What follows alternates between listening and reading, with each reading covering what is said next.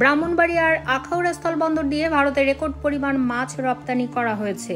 মঙ্গলবার প্রায় 13 metric ton মাছ ভারতে পাঠানো হয়েছে, যার মূল্য বাংলাদেশি টাকায় প্রায় 3,90,00,000 টাকা।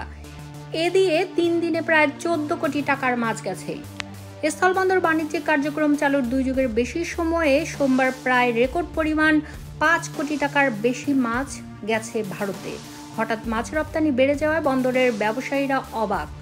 সোমবার সকাল 8টা থেকে বিকেল 5টা নাগাদ 29টি ছোট বড় ট্রাকে করে হিমায়িত মাছ ভারতে যায়।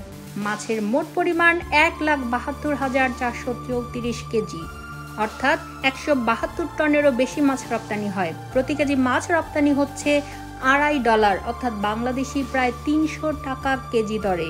সেই হিসাবে সোমবার 5 কোটি টাকার বেশি মাছ যায়। মাছের সিএনএফ এজেন্ট ছিল মিঠু এন্টারপ্রাইজ, রপ্তানিকারক প্রতিষ্ঠান হলো বাবুল এন্টারপ্রাইজ। রবিবার মাছ গেছে প্রায় 1,52,534 কেজি। গত সপ্তাহে প্রতিদিন গড়ে 100 টন করে মাছ রপ্তানি হয়। তবে নিয়মিত এ বন্দর দিয়ে 20 থেকে 30 টন মাছ ভারতে রপ্তানি হয়। অন্যান্য পণ্যের তুলনায় এখন মাছ রপ্তানি অনেক বেড়ে গেছে। মঙ্গলবার রহমান ইমপ্রেক্স নামের একটি প্রতিষ্ঠান 130 মেট্রিক টন মাছ রপ্তানি করে। সিএনএফ এজেন্ট ছিল এফএ এন্টারপ্রাইজ। রপ্তানি হওয়ার 1,30,000 কেজি মাছের মূল্য 3,90,25,200 টাকা।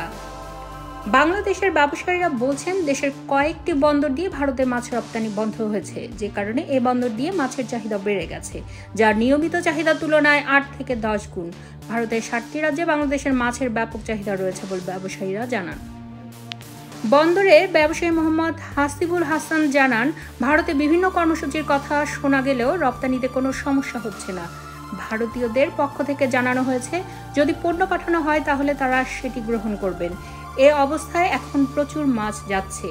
আখাউড়া স্থলবন্দরের রাজস্ব কর্মকর্তা মোহাম্মদ ওয়াহিদুল্লাহ খান বলেন, গত সপ্তাহ থেকে মাছ রপ্তানি অনেক বেড়ে গেছে। ওই সময় প্রতিদিনই সকাল থেকে সন্ধ্যা পর্যন্ত ভারতে মাছ যায়। কয়েকটি বন্দরের রপ্তানি বন্ধ থাকায় এই পথে রপ্তানি বেড়েছে।